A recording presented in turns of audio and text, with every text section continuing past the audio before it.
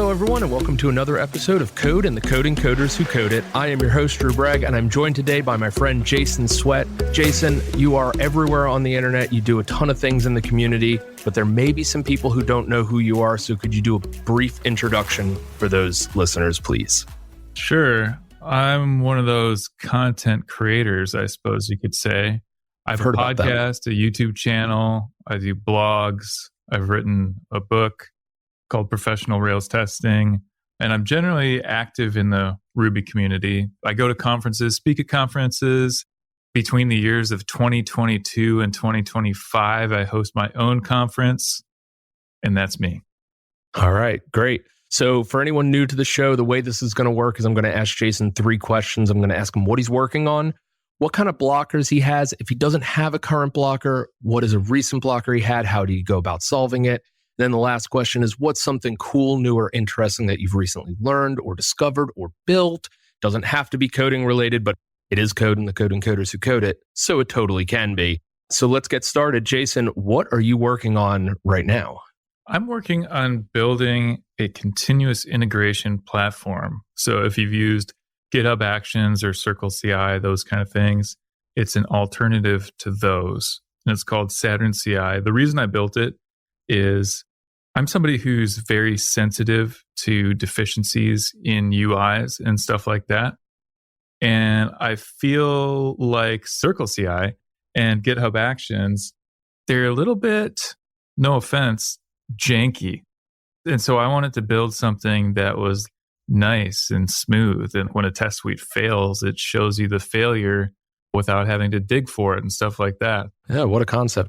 We have talked a lot about GitHub Actions works, but it's just not, like you just said, dig for your test failures, or it's not that pretty, or it just feels like an afterthought. So I feel you on the UI. There definitely could be better ones out there. I don't think I've used Circle.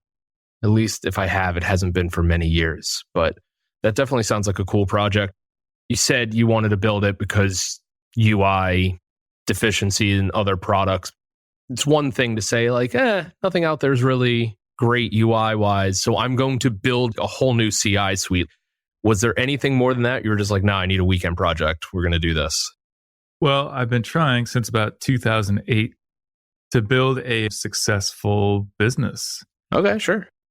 I've cycled through a whole bunch of ideas and we can talk about that.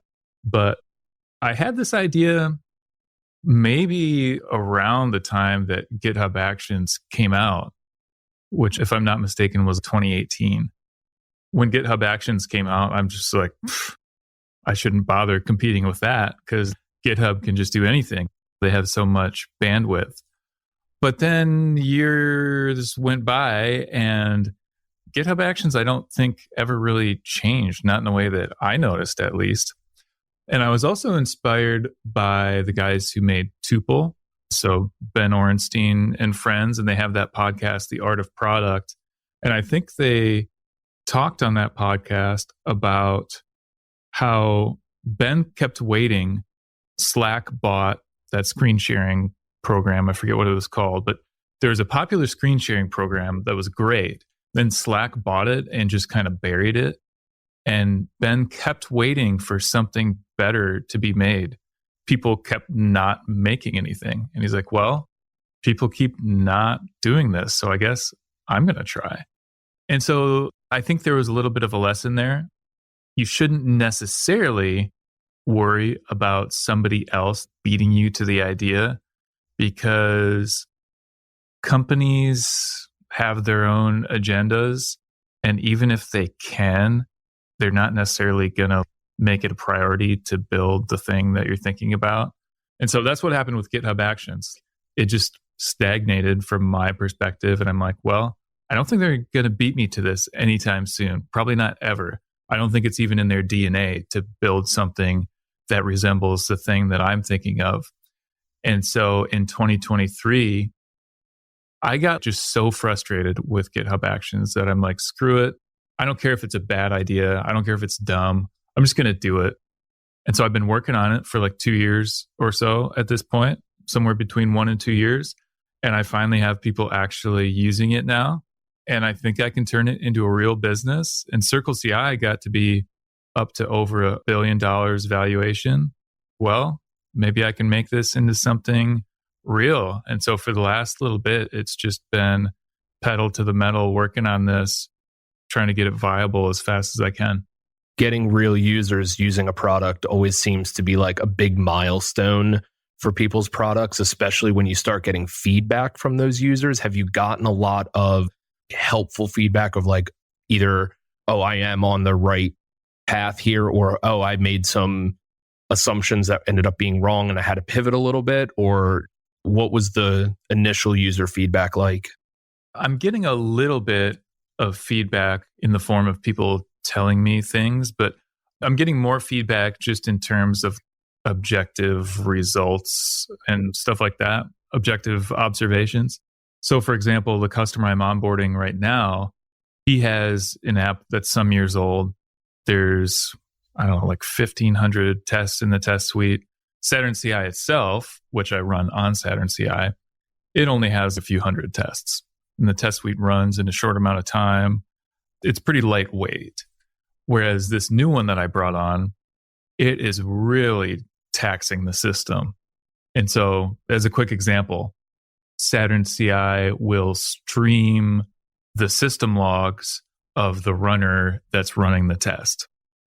For SaturnCI's own logs, that's fine. But for the logs on this project, it just bogs down the browser's memory because there's so much stuff. And so I'm going to have to figure out some tricks. Okay, don't actually stream the entire log file and let it accumulate as it goes. We're going to have to like show you the most recent little bit and constantly be trimming off the back of it. And then when you scroll back up, because you want to see the past, it's going to have to like infinite scroll, dynamically load, that kind of thing. So one category of feedback I've been getting is just this scaling stuff. When I get a new user and their data is at a different scale than what I've had to deal with in the past, that's obviously a sign that I need to change that area. That's a good issue to have, though. Having scaling issues just means that you're bringing on people and you're solving those problems early on. I have an assumption here. It's a Rails app. So you got your Rails app and then you've got databases and all the other stuff going on. What's the tech stack look like across the board? Yeah, so I'm keeping it as simple and lightweight as possible. It's Rails on PostgreSQL, no front-end framework. I'm using Hotwire on the front end, and that's working great for me. On the back, the things that run the test, that was obviously not a super straightforward thing to figure out. I'm using Docker and Docker Compose for that. So instead of having like a YAML file where you put your configuration, you just have a Docker file and a Docker Compose file. And a lot of people have that already. So you can kind of just copy paste your Docker file. And I give you a sample Docker Compose file. So if you have PostgreSQL in your app, then you just put that in the Docker Compose file. If you have Redis, you put that in the Docker Compose file, whatever dependencies you may have. Anyway, when a test suite starts, I spin up a DigitalOcean droplet. So I spin up a virtual machine. And then on that virtual machine, I run your test suite using your Docker Compose configuration. The surprising thing was it actually works and it's not insanely complicated. There were some details and stuff like that. The big picture is just start a VM, run Docker Compose, and that works. So that's that aspect of it. And then on the front end, this is controversial, but I'm using no CSS framework or anything like that. I'm just hand coding all the CSS. Oof. All because if you've ever worked on a project that has Twitter Bootstrap and then they decided they wanted to switch to Tailwind, most likely now they just have both. And they're probably never going to get off Bootstrap. They're probably just going to limp along with both these at the same time. And then in 5 years, when there's something else, now they're going to have all three, and it's just going to be a mess. And I found in Rails upgrades, it's usually not Rails itself that causes the most pain in the upgrade process. it's the third-party dependencies. So I'm going as few dependencies as possible and as few gems as possible. I'll only add a gem as a last resort. A lot of developers, especially when they're newer, they encounter a problem and they're like, what gem can I use to address this issue?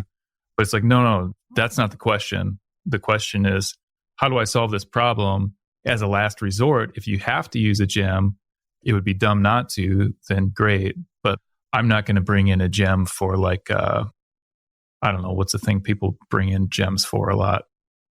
Auth. I do have a gem for that. Okay. Yeah, I was going to say, bold move.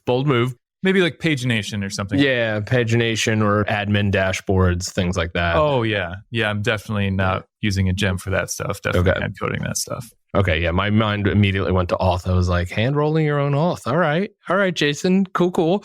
I'm crazy, but not that crazy. All right.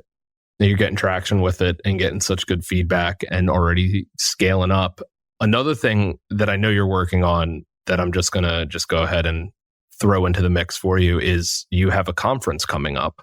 Indeed. And I am very excited for it. And I want you to talk about it to get me even more excited and to get listeners excited in case they're not going for some reason. Yeah. So I run a conference called Sin City Ruby. It takes place in Las Vegas. Really? Sin City in Vegas. Who would have thought? Sometimes people need it spelled out. Yeah, and it has taken place in 2022 and 2024. We had to skip 2023. And now it's happening again in 2025.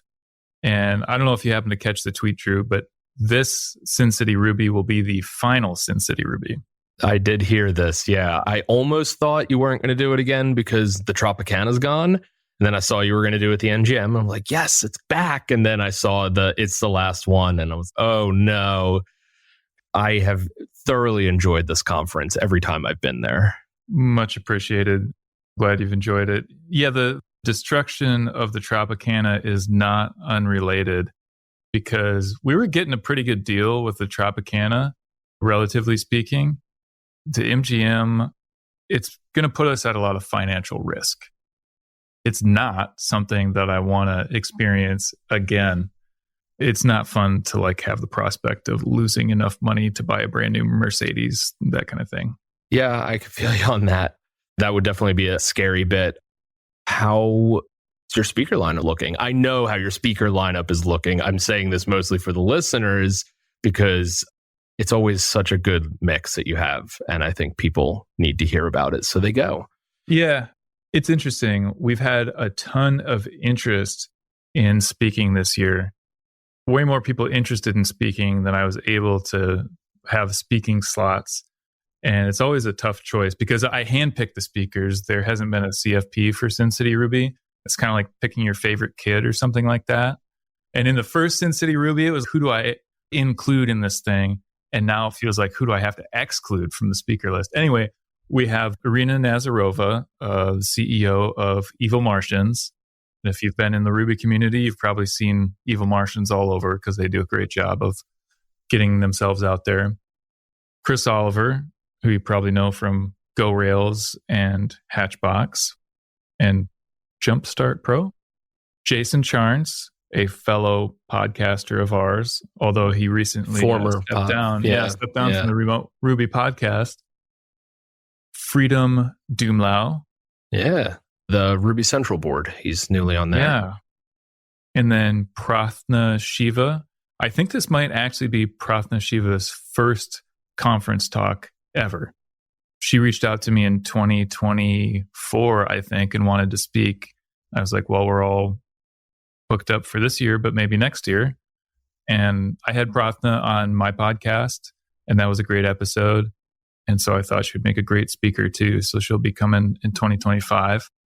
Let's see, that's 5.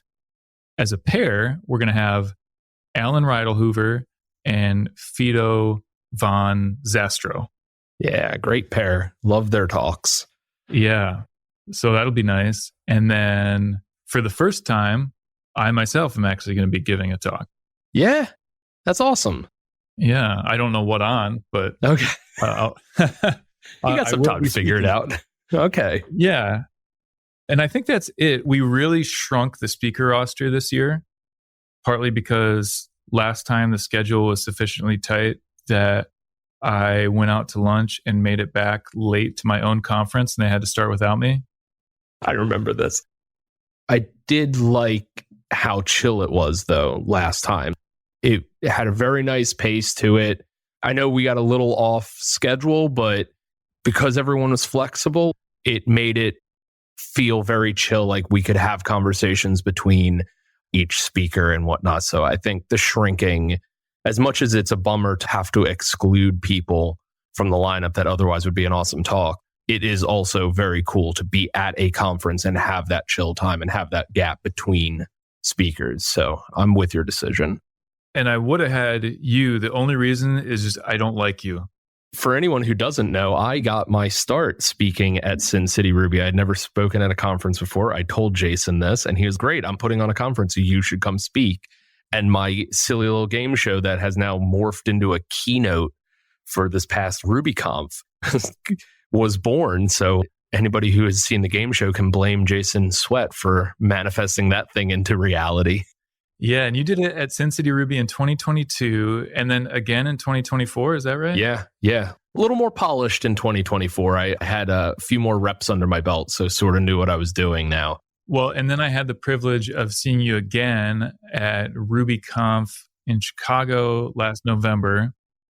And it was cool. I got like a front row seat to watch your maturation from the first one ever to the way it is now. You could like be on TV. You're like great at it. Thank you.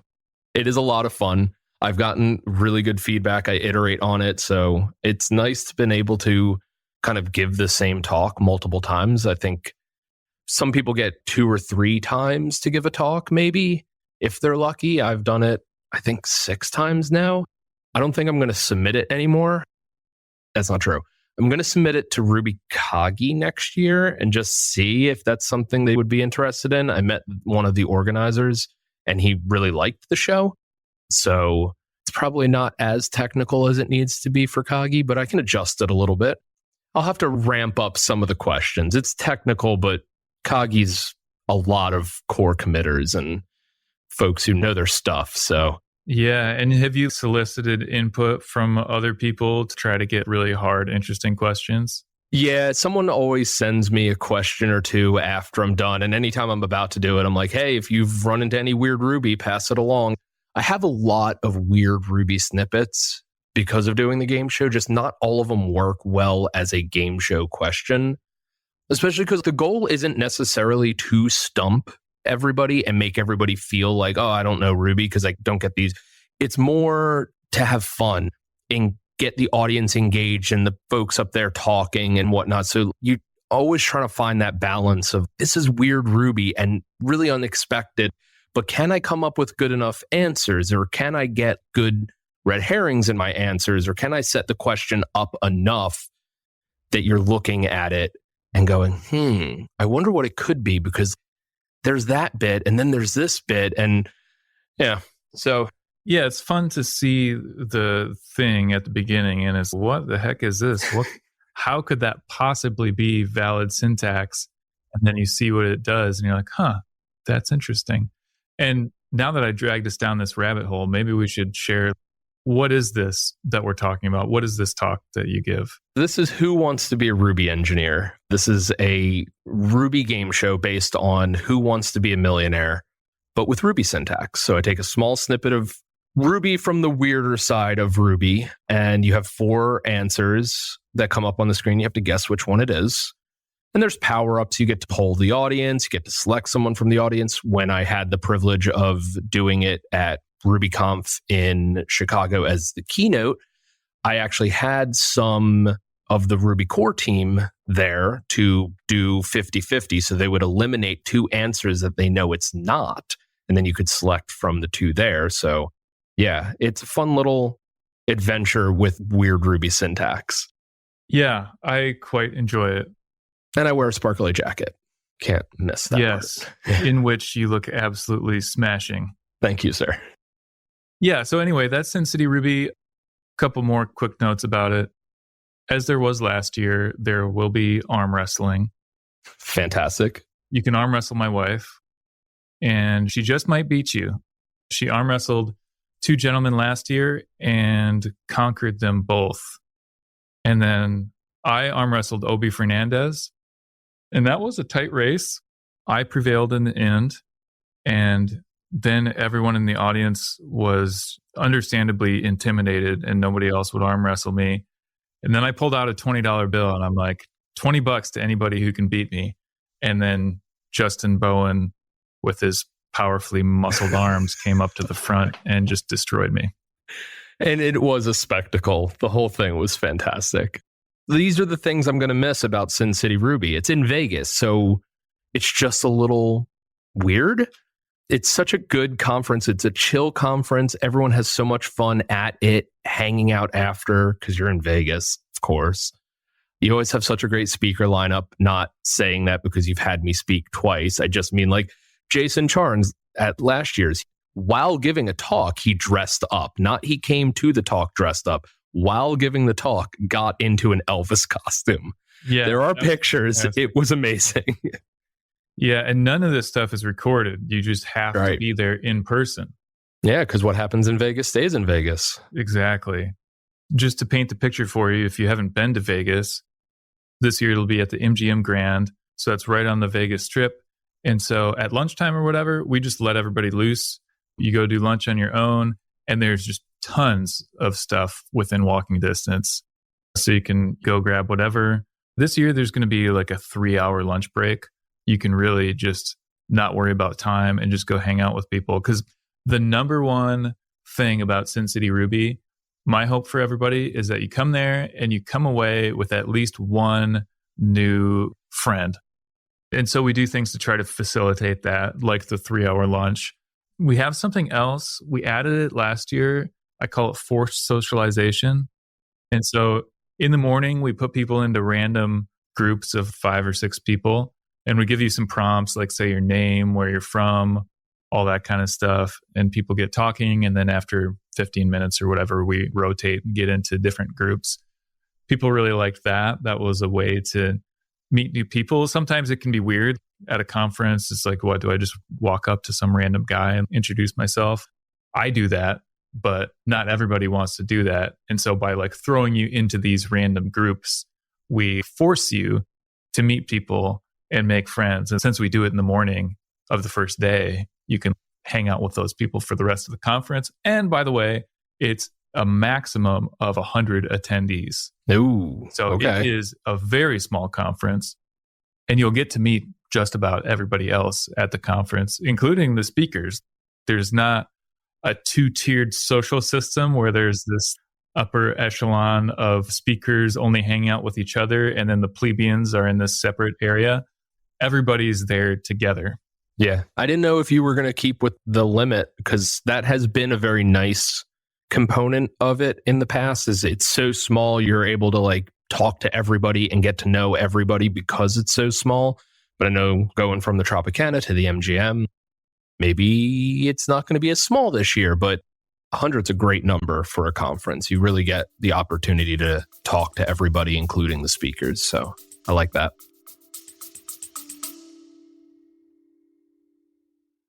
I just want to take a moment to thank our sponsor, Honeybadger.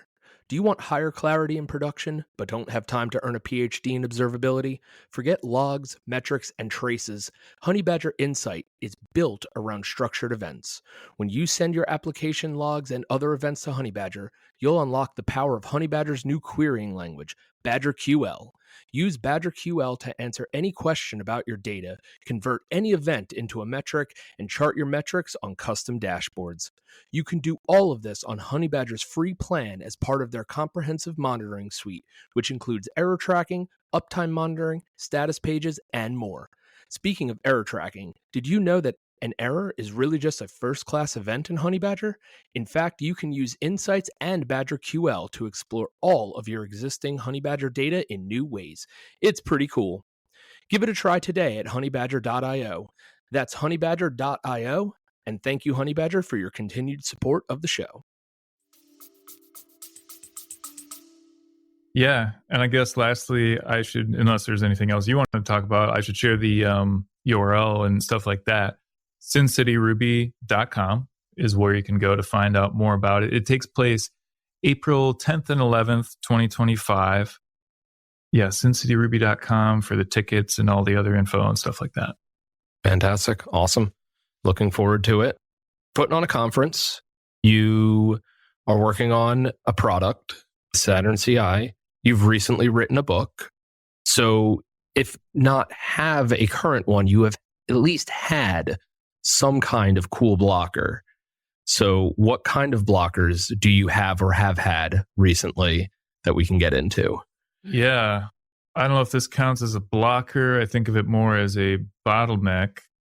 With SaturnCI, my CI platform, I'm having a bottleneck on the product side where you put new users on it and it places new demands on the product, and I just have to scramble to catch up. So that's where I'm at right now, scrambling to catch up. There's all sorts of stuff that maybe used to be okay when there were like not as many people using it. It was just me and maybe one other person kind of halfway onboarded. This recent one is the first real customer. And so this is like a whole new level. So I'm going to have to deal with all these scaling issues and just all these other shortcomings. So are you working on Saturn full time, like it's your full-time job, or is it sort of still side project-y? At this particular moment in time, I'm unemployed. And so I'm working on it pretty much full time, have been since mid-January, and it's late February as we're talking now. So for about the last month, I've been working on it, not full time because I've been interviewing and I've been doing a lot of networking calls, and I still do my podcast and all my other business that I do. But I've been working on it very steadily over the last month. Okay. And do you think that that has helped? This is sort of a weird question, so I'll explain my thinking. Do you think that being able to work on it full time has helped you move a little bit faster with it? Oh, yeah. Just because I know that sometimes the side project, it's not your day job, right? It's not the thing that you have to work on. It's purely for fun. When you do get the chance to sit down with it, you're so just in the zone and ready to rock and roll that you get so much more done on it, even though you're only working on it for 10 hours a week than you do at your 40-hour a week job where you're like, I have to do this. You don't lose steam as much. So I didn't know if it was, I'm working on it full time, but I'm actually not as moving as fast. Yeah, there's a danger of that.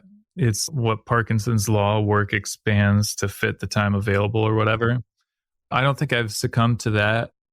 I feel like I'm not pushing myself. I feel like I'm being pulled along. Honestly, it's just such an exciting thing. I mentioned that I've been working since 2008 on building a successful business. And from 2011 to 2015, I worked on scheduling software for hair salons. And there's all kinds of reasons why that was not a great idea. Long story short, it's hard to sell to salons. In 17 years, this is the first thing I've had that really seems clearly viable. It can really be something. It's getting traction. I have good reason to believe that the ceiling for it is very high. I can see the pot of gold at the end of the rainbow. So just like, how fast can I get there? I'm trying to not waste a single minute. Every second that I'm working on it, I'm just super focused and going as fast as I can. There's also something to be said, because I hear this from a lot of folks who built a product. When you build a product that you built to solve your own problem, and then it just so happens that a lot of other people have that problem too, and you can solve their problem. But when it was born of the desire to, like you said, I didn't like what else was out there, so I built my own. I feel like that's always seems to be where the success comes from. I solved my own problem, and now I get to solve other people's indirectly almost. Yeah, I might put it slightly differently in that there's a lot of ways that you could solve your own problems that wouldn't lead to anything all that good. You know, you can build your own bug tracker like developers famously do, and that doesn't have a very high hit rate because so many people do it, and it's just not a great business idea. I would more say that how do I put it? Not everything that's a scratch your own itch kind of thing is guaranteed to be a success. But when you have an idea that gets traction and it happens to be something that is scratching your own itch, then that's great because it's an advantage over the hair salon software where I'm not using it myself. I just have to go research and find out what they need. With this, I know what I personally want. That doesn't mean I'm not going to do research and find out what other people need and want also. But since I'm so familiar with the space, I'm going to have a really clear vision of how it needs to be. Yeah, I can see that. Strong opinions, clear vision. Same thing, sort of, in a way, right? You're driving the whole thing based on your opinions, and you are very well known in the space as the Rails testing guy. So you building a testing platform or a platform that runs tests makes sense. And I can see how your vision would help guide that product to be a high quality product. Yeah. Yeah. And I hope that reputation that I have helps grease the wheels a little bit. I don't want to set my expectations too high as to how much that might help, because I found that a lot of that stuff, frankly, helps less than you think it would. But it definitely is helping me get my first customers. It's usually not that I'm broadcasting, hey, SaturnCI is available and people are coming to it. It's more through doing the podcast and going to conferences and stuff like that, I have friends and I can go to these friends and acquaintances and say, hey, I'm working on this new thing. Would you humor me and try this thing out? Having a broad network like that of essentially your customers, right? You don't have that network with a hair salon. I don't know about you, but I go to the same salon and the same hairdresser every 3 to 6 months whenever I get around to getting my hair cut. So I don't exactly have a large network of hair cutter folks. Yeah. And you're not hanging out with your hairstylist on the weekends, probably. Right. But you have a very large network. So that helps. Yeah. So feeling good about it. Great. Any other blockers of note, whether it be with Saturn or with the impending conference, or even if it was a blocker that you ran into that sparked your interest when you were writing the book? Oh, man. Here's a big one. Here we go. So kind of two instances of the same blocker. This book, Professional Rails Testing, I have it in my hand right now. It is only half the size that I intended it to be, but I just had to get it out. I've been working on it for, I don't know, a year or something like that. And to get it to the size and scope that I originally wanted would have taken another year at least. That's not the right move, I don't think. I want to get that out there now. So I released it in this size. So if I were able to duplicate myself, I would have my other copy of myself write the rest of this book that I originally wanted to. And then there's another book that I've had in the queue for years now. I even went so far as to announce that I was writing it, and then that became vaporware. But the working title I have in my head is Designing Rails Applications. And actually, it's not a working title I have just in my head. I actually have the start of this book in my editing program. And that book, you can kind of guess what it might be about, but it's about software design as it applies to Rails applications. I can't imagine in what scenario in my life I would have the bandwidth to actually write this book. But if I can somehow make that happen, that's definitely on my list. If you had infinite free time, maybe we would get that book. That would be a good book. I always like when folks release design, or Vladimir has the layered application design with Ruby on Rails. And there's a bunch of different design books out there, and they're all just a little bit different. They all take their approaches and from their experiences. When you've had a long enough career, you've seen so many different approaches and maybe why this one doesn't work, or this one does work, or this works for me, might not for you, but this works for me and here's why. And it's so great to have so many of those books out because you can start to see a pattern here. Everybody regardless of how they do their approach, lands on this bit or that bit. They do this thing that way or this thing that way, and that can help guide your decisions too. But when you start to see the pattern of, these very smart people all do these few things the same exact way, is when I feel like the real takeaway comes out. Interesting. I think that exact statement you just made is a big part of why I want to write this book. Because if there is a prevailing view among the smartest seeming authors and stuff like that, does that mean it's a good idea? Not always. And I think often there are cases when there are lessons or principles that are expounded by these people that are not good. And so we need the intellectual toolkit to be able to tell the difference between what's a good idea and what's not a good idea, independently of where it's coming from. Yeah, I hope you find some free time to write your book, because now I want to read it.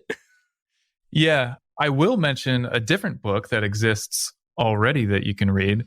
It's called The Beginning of Infinity by David Deutsch. And I've mentioned it several times in my snail mail newsletter. And in the one that you're going to get in the mail soon, Drew, I'm mentioning it multiple times again. I'm just obsessed with this book. It has given me so much food for thought. But it's not a programming book. It's like a physics book or science and philosophy book. I'm not sure what kind of book it is, but it's not a programming book primarily. But I've learned a lot about programming from it, and just about the world and how to know what's true and stuff like that. It's had a huge impact on me. So if you're interested in that kind of topic, I highly, highly recommend The Beginning of Infinity. Beginning of Infinity. I will definitely be checking that one out, which I almost feel like you just spoiled the next question. What is something cool, new, or interesting that you've recently discovered or learned about or built?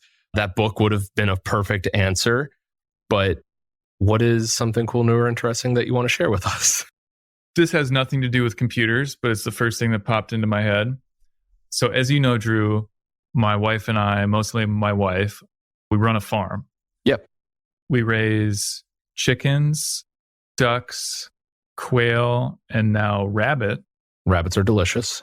Yeah. And I had not had a lot of experience with rabbit before. I'd had it at restaurants a couple times. And then we bought a rabbit many years ago and I cooked it somehow. I don't really remember. But then we just did a big batch of rabbits last season. And our farm has restaurants as customers now. And so we're going to be trying to sell these rabbits to restaurants. We already have now, but we wanted to sample our own product. How can we sell this to restaurants if we haven't even used it ourselves? And so I took a rabbit and I'm like, all right, what do I do with this thing? And I heard that they eat rabbit in France. They eat rabbit in lots of places. A lot of places. Yeah. But I'm like, okay, let me look up a French rabbit recipe. And so I looked it up on YouTube and I found a recipe and I followed it as best as I could because it was not in English. It was in French, actually. You are bold, sir. That is. But I could kind of see it's okay. You put this big of a dollop of sour cream in there or whatever. Real scientific of you. Yes. Yeah. I made this one recipe. It was called, okay, so apparently the word for rabbit in French is lapin.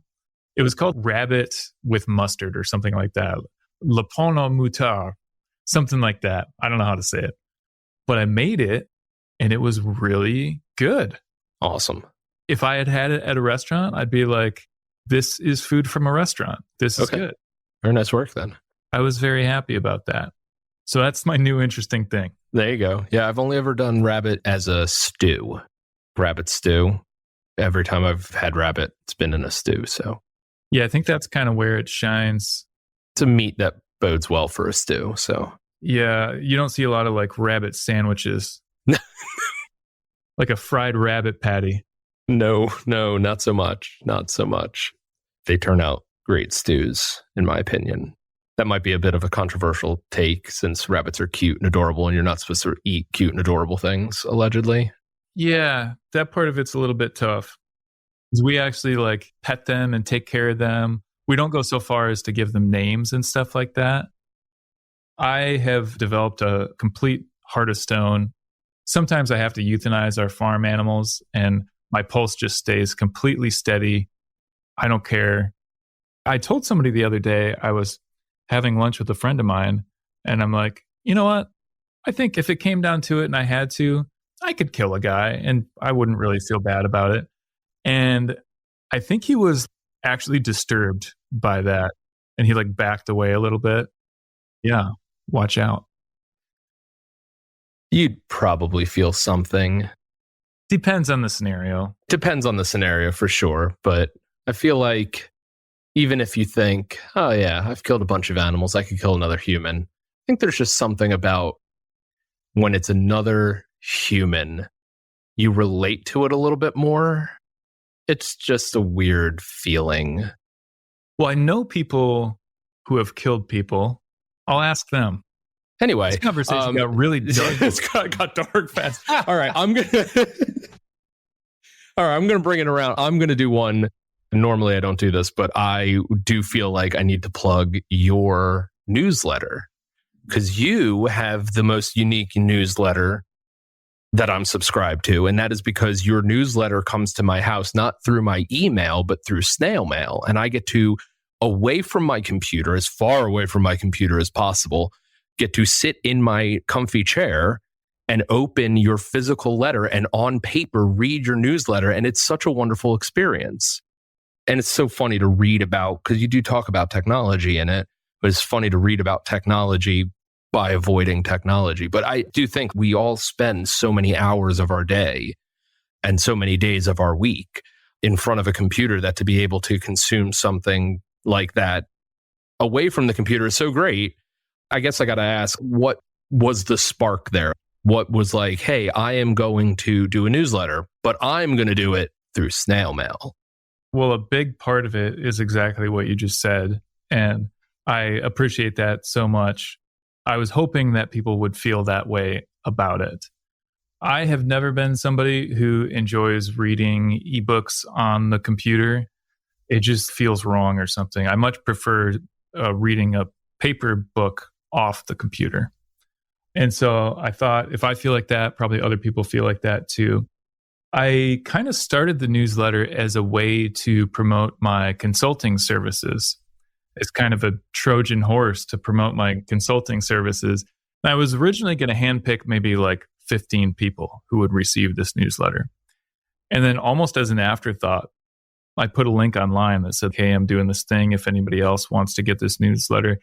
And I had 400 people sign up. Wow. Yeah, I was very surprised. Each one of these gets sent in the mail. It's not free to do that. So this was $500 a month in postage. So my wife, after a few months, was like, hey, you can't do this anymore. So I changed it to a paid newsletter. So now you can go to codewithjason.com and there's a link on there for the snail mail newsletter. And it's $50 a year for the newsletter. And then you get it once a month. And it is very freewheeling in the content.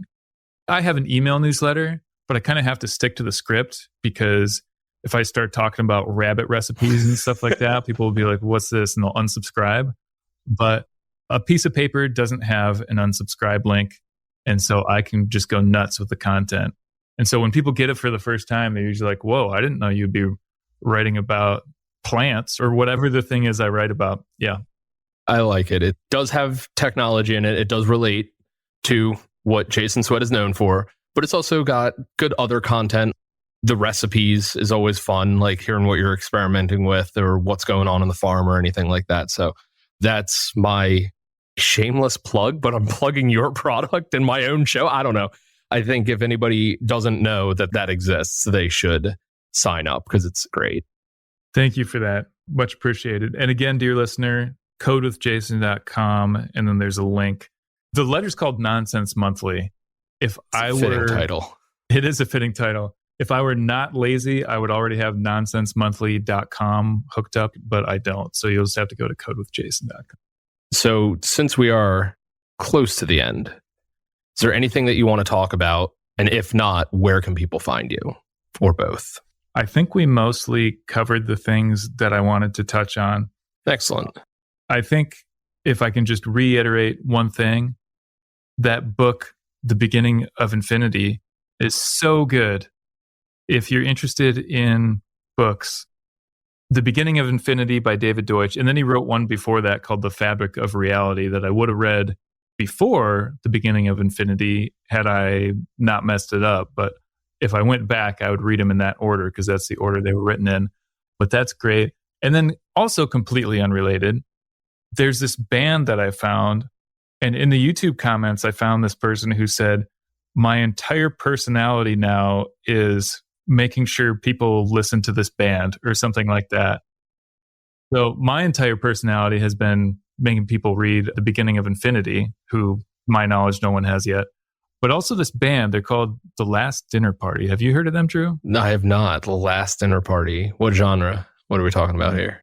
I don't know. When I first heard them, I felt like they were kind of goth rock, kind of. Okay. They've also been described as Baroque. From a high level, they're here as rock band. So it's a rock band. So at least there's that. Okay. But I could see, yeah. They're from the country of England. And they're just really good. In all the YouTube comments of every video, there's all these people who are like, I thought music was dead, but finally there's an actual good band. I haven't heard music this good in like the last 20 years. I haven't liked any new music the last 20 years. And this is finally like a new artist that is not just good, but historically good, I'm going to say. It's just amazing. It's been blowing my mind. I've been listening to their album like nonstop since I found it several months ago. They're just so good. Awesome. I will have to check them out. So we've got the book, the band. You are full of cool, newer, interesting things to share with us. But anybody who wants to attend Sin City or get on your newsletter or get your book or any of the other things, listen to your podcast, where can they find you on the internet? sincityruby.com for the conference, and then codewithjason.com for everything else. For everything else. Awesome. So listeners, I hope we'll see you at Sin City Ruby, especially because it's the last one. Speaking of last ones, real quick, will you be at the last RailsConf? I'm definitely going to try to. I was hoping for a definitely yes, but definitely try to is good enough. I'll take that. It's fine. You know where it is, right? Everyone knows where it is now. It's in Drew Bragg, Adelphia. Drew Bragg, Adelphia. It's in my backyard, yes. I'm very excited that we're finally, because we've never had a Ruby or RailsConf in Philadelphia somehow. So it's finally, through lots of annoying messaging and bothering at in person, convince Ruby Central to do it in Philadelphia. And I cannot be more excited. So great. I see you at Sin City. Hopefully see you at RailsConf. And listeners, we'll see you in the next episode.